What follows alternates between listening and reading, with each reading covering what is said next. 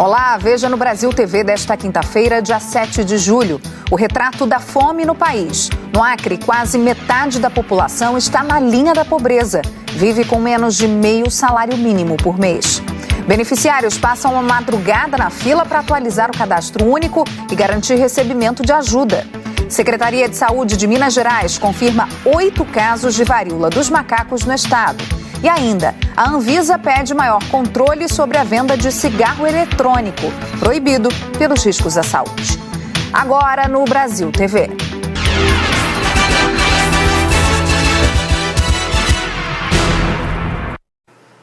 A fome tem sido uma realidade no Acre. Um estudo da Fundação Getúlio Vargas revela que 45% da população do estado está abaixo da linha da pobreza. Quase metade dos acreanos tem menos de meio salário mínimo para passar o mês. E aí, falta comida na panela.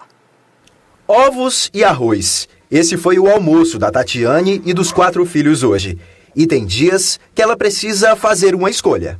Já fiz muitas vezes isso, de eu dar para eles e eles perguntar se eu não vou comer e eu dizer que já comi. De dizer que eu já comi em algum lugar e sair para me deixar eles.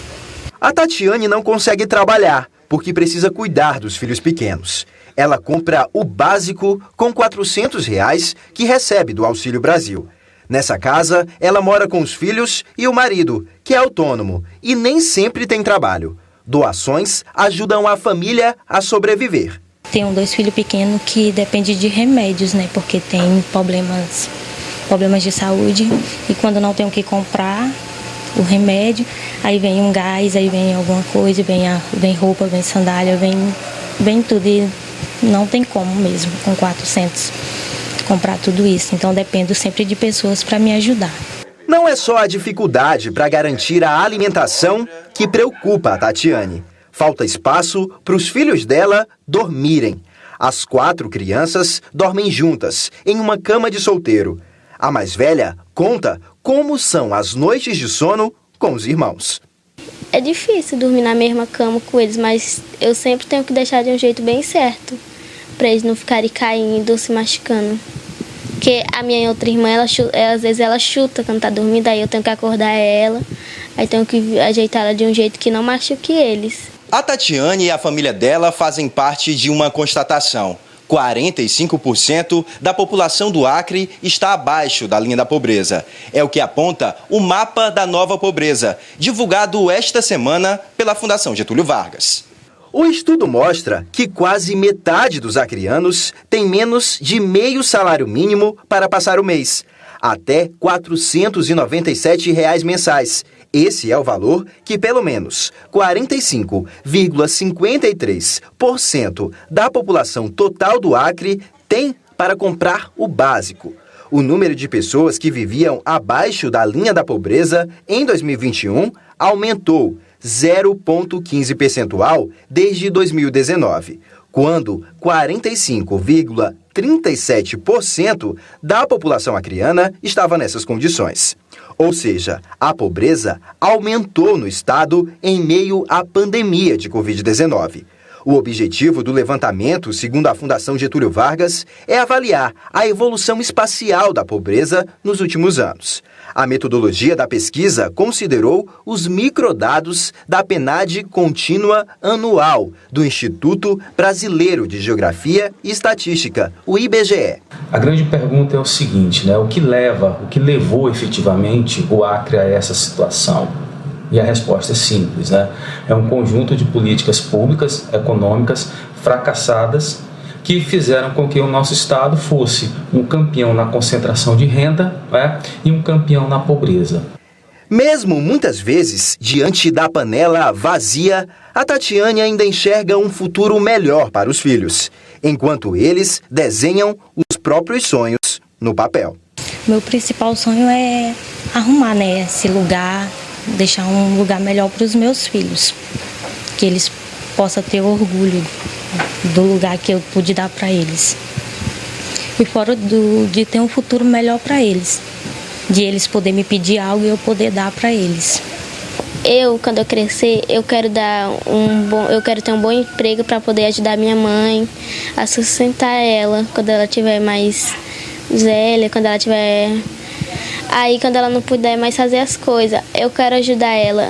Eu falei pra ela, mãe, ontem mesmo eu falei assim, mãe, eu vou estudar bastante pra mim poder te dar uma vida que a senhora sempre quis. Milhares de brasileiros ao redor do país estão madrugando nas filas para conseguir atualizar o cadastro único. Se perderem o prazo, eles ficam sem o benefício do governo, como o Auxílio Brasil ou o Vale Gás. 5 da manhã e a fila já dava volta no quarteirão. Há dias, essa tem sido a rotina das famílias. Madrugam nas portas dos CRAS, Centros de Referência de Assistência Social, para tentar garantir atendimento. Enfrentam frio, chuva, vento forte. Tudo isso sem uma garantia de que vai dar certo. Se é a primeira vez que o senhor vem?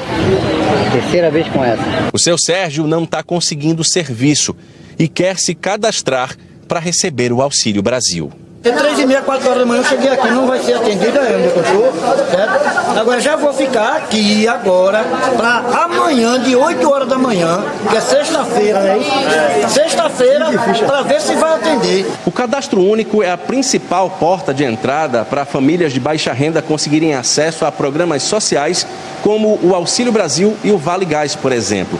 Em Pernambuco, as vítimas das chuvas, que desde maio castigam o Estado, também precisam ter o CAD único para receber um auxílio do governo estadual e da prefeitura. A casa de Léo alagou na chuva. Veio em busca de ajuda, mas deu viagem perdida. Cada um que chega passa informação diferente e a gente aqui perdendo um dia de trabalho, não sabe nem se vai conseguir fazer esse cadastro único.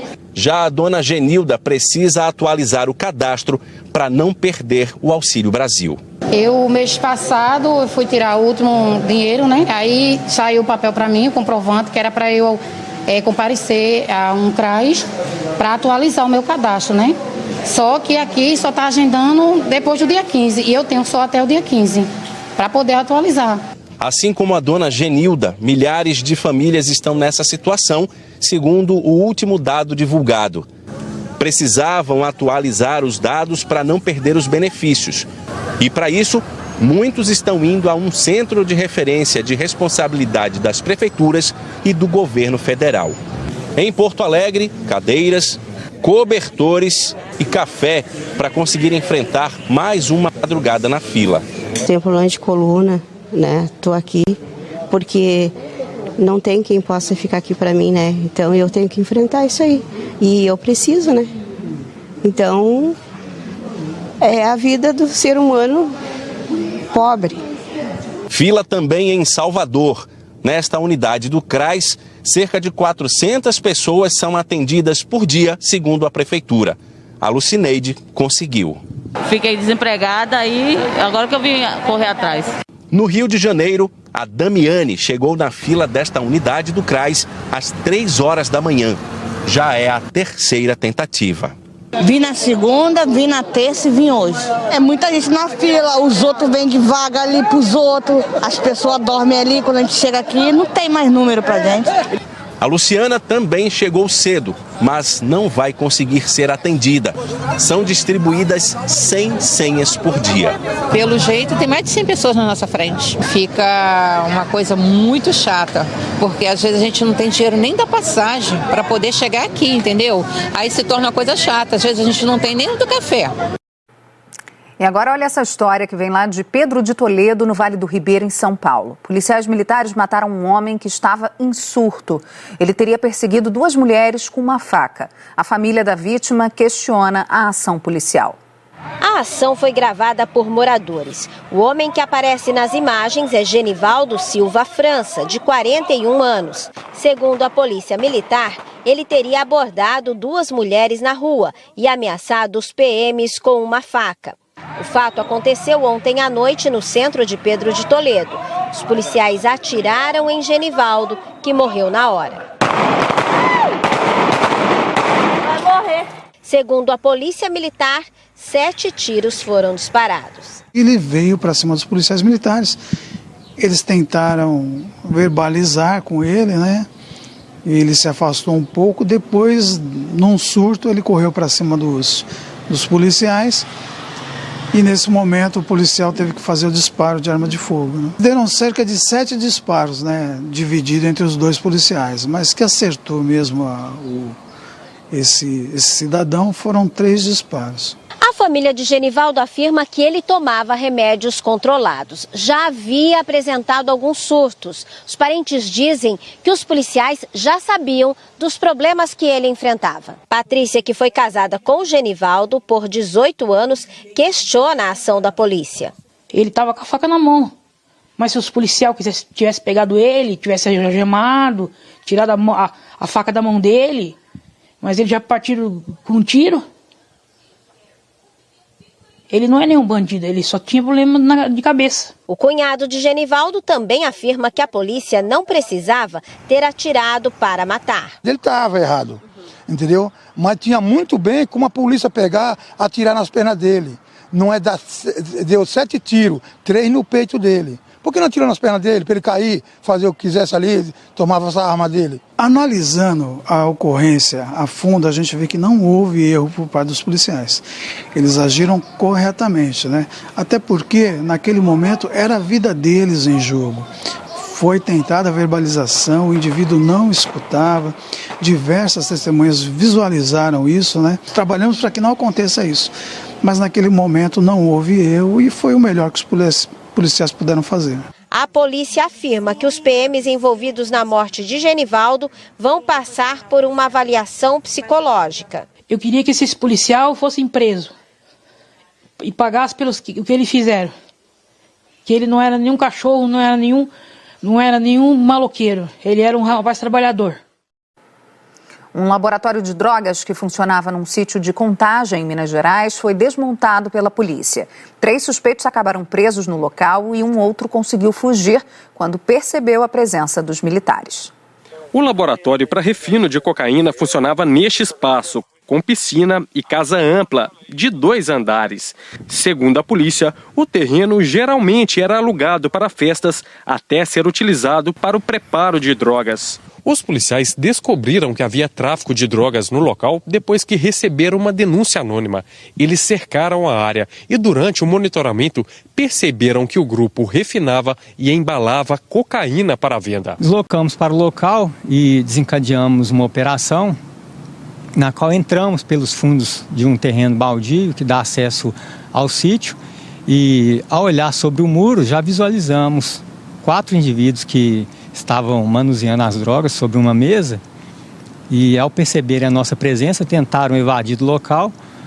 Contudo, nós conseguimos alcançar 3 deles. A polícia militar encontrou no terreno 1.600 pinos de cocaína, 600 buchas de maconha e cerca de 1,5 kg de pasta base, que seria refinada. Um carro usado pelo grupo também foi apreendido. Os 3 homens que não tiveram os nomes divulgados prestaram depoimento durante a madrugada na delegacia de plantão de Contagem e devem responder pelo crime de tráfico de drogas.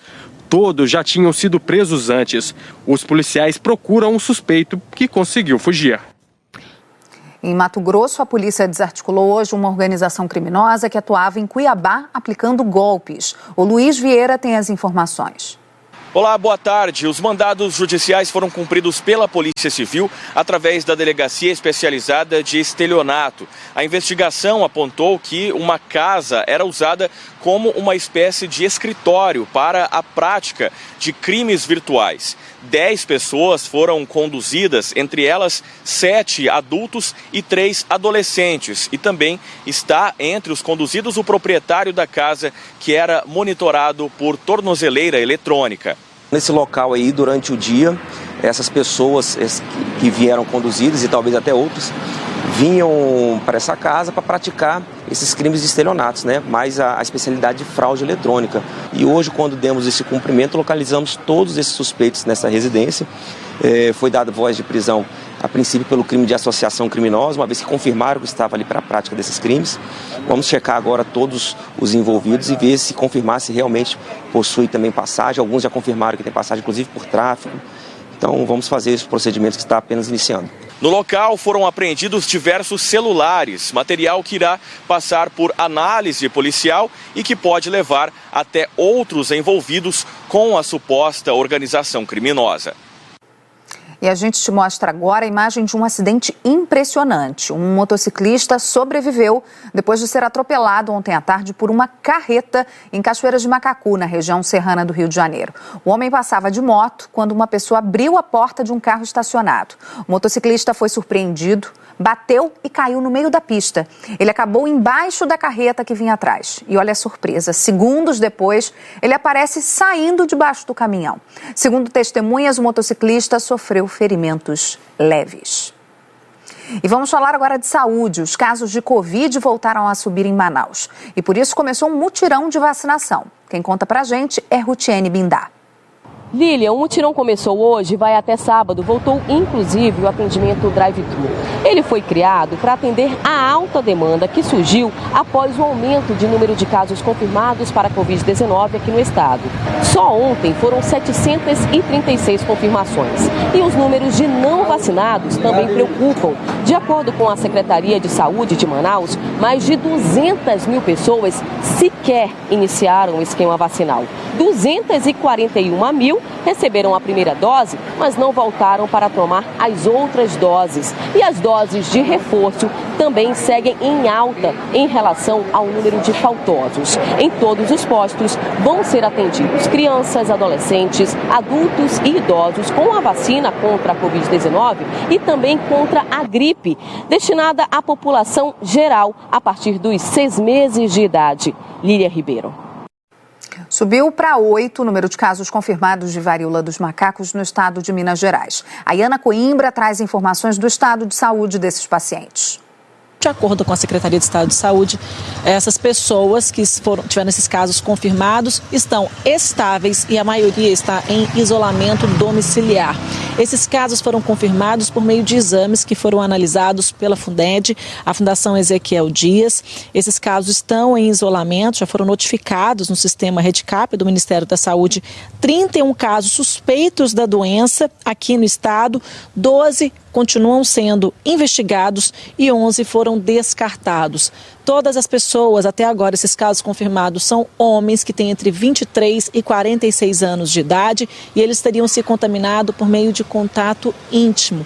Ainda de acordo com a Secretaria de Estado de Saúde, o primeiro caso foi de uma pessoa que esteve no exterior e outras pessoas estiveram em São Paulo. Agora, hoje cedo, a gente conversou com a Prefeitura de Belo Horizonte, porque esses casos até então eram 6 casos aqui em Belo Horizonte, 2 casos em 7 Lagoas, mas de acordo com a Prefeitura de Belo Horizonte, esse número de casos confirmados aqui em Belo Horizonte subiu. Agora são 9 casos confirmados. Como a Secretaria de Estado de Saúde, ela só passa esses dados, essa confirmação 3 vezes na semana, segunda, quarta e sexta. A gente aguarda então essa confirmação da Secretaria de Estado de Saúde amanhã.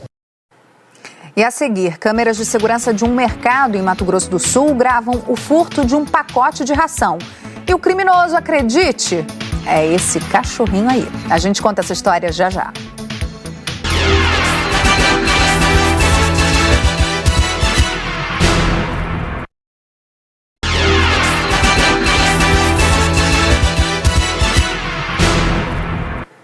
Brasil TV de volta falando da chegada do 5G em Brasília. Com a nova banda da internet, as parabólicas podem sofrer interferências no sinal da TV aberta. E para garantir a qualidade da imagem e do som, é preciso instalar uma antena digital. Estudantes foram preparados pelo Senai para orientar donos de antenas parabólicas. Hoje, com a ajuda de técnicos, eles instalaram uma antena digital na casa de um morador de Ceilândia para corrigir o sinal da TV dele. O projeto é uma parceria do Senai com a ABERT, a Associação Brasileira das Emissoras de Rádio e TV. E a Agência Nacional de Vigilância Sanitária manteve a proibição do cigarro eletrônico no Brasil. A Anvisa pediu também que as polícias, também Receita Federal e Vigilância Sanitária de estados e municípios, combatam a venda ilegal do produto no país. Em lojas no centro de São Paulo, é possível comprar cigarro eletrônico até no atacado. Cigarro eletrônico. Isso, é. E a partir de R$15, cara. 800. 800 pulsa ele dá? Quando você puxa, você tem 800 puxadas pra você dar. O pessoal mais compra. 4 mil puxadas, daí ele sai 70 no varejo e 65 no atacado. Vende bem esse? Vende bem. Esse vende bem. Você vai ver que ele tem muito aqui, assim, que esse a gente depois ontem já foi com a sua. O produto também pode ser encontrado em lojas de shoppings. Doideira, meu. Loucura. Tem nicotina? É que esse daqui eles dizem que é descartável, né? Mas, tipo assim, o povo conseguiu dar um jeito de carregar ele pela bateria. Mas esse daí já vem com cabo de conectar na tomada, tudo bonitinho. Eu tenho ele a partir de 282, que você coloca essência, carrega, troca resistência, esses negócios. Só que ele é um pouco melhor, ele faz mais fumaça. Em uma busca simples pela internet, a gente encontra uma enxurrada de propagandas e anúncios de venda dos cigarros eletrônicos. E eles têm um grande apelo entre o público jovem. São imagens coloridas que exaltam os sabores e o cheiro das essências, mas que não trazem nenhuma linha de explicação sobre os riscos. Os chamados dispositivos eletrônicos fumáveis, que têm a aparência de um pendrive, não são apenas perigosos para a saúde, como continuam ilegais no Brasil. Em uma nova decisão, a Agência Nacional de Vigilância Sanitária aprovou ontem a manutenção da proibição dos cigarros eletrônicos. Foi uma decisão unânime tomada com base no relatório técnico sobre os impactos à saúde. O documento diz que todos os tipos de cigarro eletrônico continuam proibidos, assim como a importação e a propaganda. A Anvisa também defende o aumento das ações de fiscalização e a realização de campanhas educativas. Parcerias com outros órgãos, como a Receita Federal, as polícias, as vigilâncias sanitárias de estados e municípios, para combater a entrada desses produtos e a venda desses produtos no mercado ilegal. Se algum dia você ouviu falar que o cigarro eletrônico é uma forma de ajudar uma pessoa a parar de fumar, os médicos asseguram: você foi enganado. Ele faz mal para o pulmão, tanto de uma forma aguda, algumas doenças agudas, bronquite, uma doença famosa chamada EVALI, né, que é uma lesão aguda, e de forma crônica ele pode dar várias doenças pulmonares, como DPOC, paciente que já tem asma pode piorar os quadros respiratórios, e a longo prazo também tem risco de causar câncer. Tem glicerol, polietilenoglicol, que são substâncias que também fazem mal para o pulmão, que são cancerígenas. Essa mãe, que não quer se identificar para não expor o filho adolescente, contou que vive uma batalha em casa por causa do cigarro eletrônico. Seu filho entra no quarto, você não vê, não tem cheiro, não tem barulho. Eu tenho desespero, porque ele não sabe o que ele está causando, né, para o próprio corpo. Agora dá só uma olhada nessa história. É sobre um ladrão de mercado de Amambai, cidade de Mato Grosso do Sul, com 40 mil habitantes. Digamos que seja assim um ladrão popular na cidade. É o Tibério, um vira-lata caramelo. E sabe o que ele fez? Foi flagrado furtando um saco de ração. O portão não fica aberto não. Mesmo assim, Tibério sai. Pula o muro, as marcas estão lá. Este vira-lata caramelo escala a parede e vai para a rua normalmente aprontar alguma. Ele trouxe a vassoura, né, que tivemos que devolver. E também teve momento ali onde vende espetinho, dele ter pegado o espetinho bem na hora que eu ia comprar o espetinho. Ainda bem que o povo não sabia que era meu cachorro, né? E daí, senão eu tinha comprado de mim o espetinho. E já derramou cerveja da mesa das pessoas. Já fez bastante baderna mesmo, o cachorro é bagunceiro mesmo. A última ação do Tibério foi flagrada por câmeras de segurança. Nessa semana, ele foi pego retirando um pacote de ração da gôndola do mercadinho. Ele escolhe o pacote, depois olha para ver se não vem ninguém, disfarça e, em seguida, pega a ração e foge. Só que uma das funcionárias do mercado, a Josiane, conseguiu alcançá-lo a tempo de recuperar a mercadoria. Simplesmente levantei e corri atrás.